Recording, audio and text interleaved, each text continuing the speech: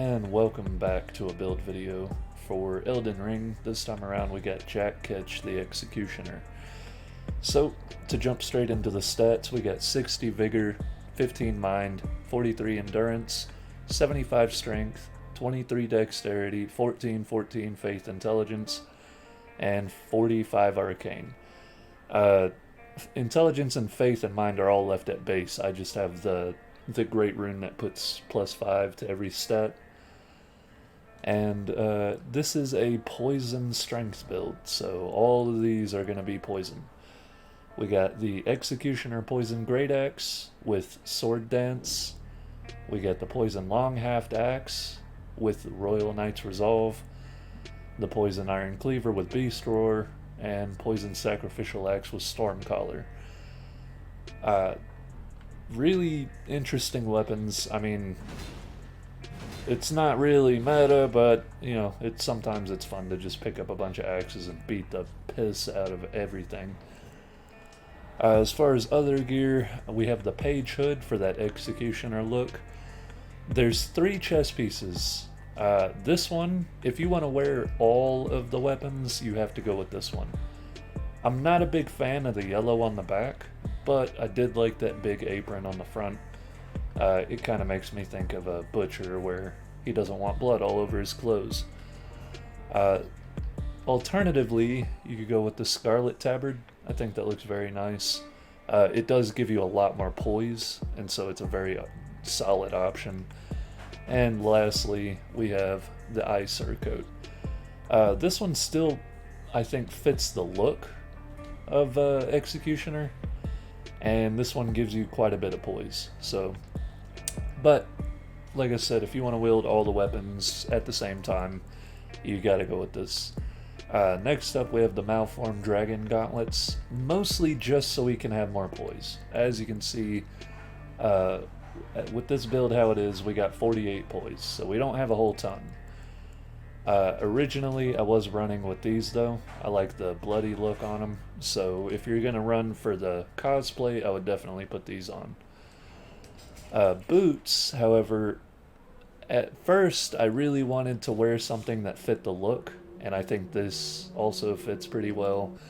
There's a couple different options, but the problem is we have such a small poise pool as it is that it's hard to justify. So we just went with big big boots to help out with the poise. We also have the Bull Goat Talisman to help our poise out quite a bit as well. So if you're running with this, you'll end up with quite a bit, so it works out. Next up, we got Kindred of Rot's Exaltation.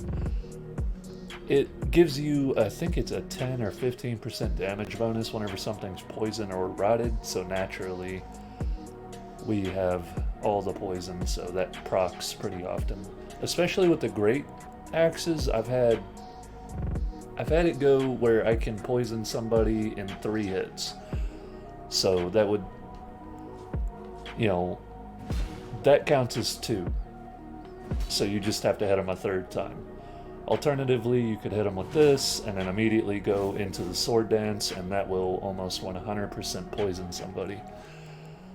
Next, we have a flex slot.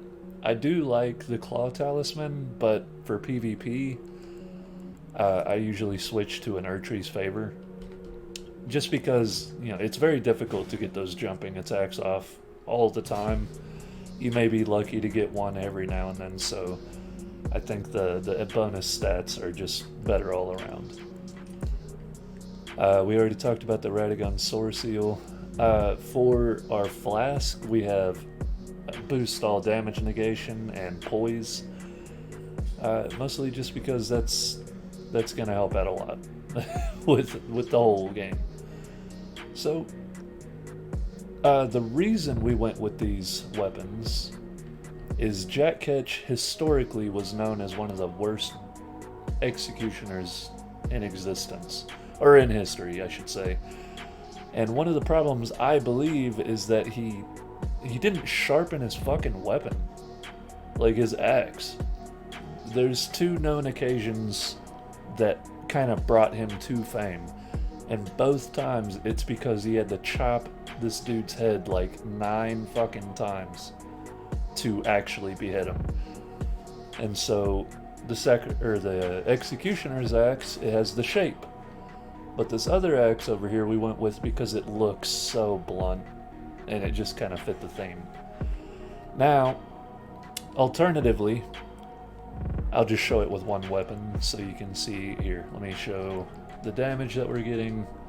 If we two-hand our right weapon, we're getting 747 AR, which is pretty good. That's respectable. Alternatively, if you wanted to go with a fire build, which is what I ran with for the majority of the game, you do get a little bit worse stats, or you can run it with heavy still. So two-handing it, we're at 787, and then if we imbue it with fire, we're at 877. And then if you wanted to take that a little bit farther, switch this out for the fire scorpion charm, and 888. So you can get absurd damage numbers with this. I mean, even in the one hand, we're still heading for 827.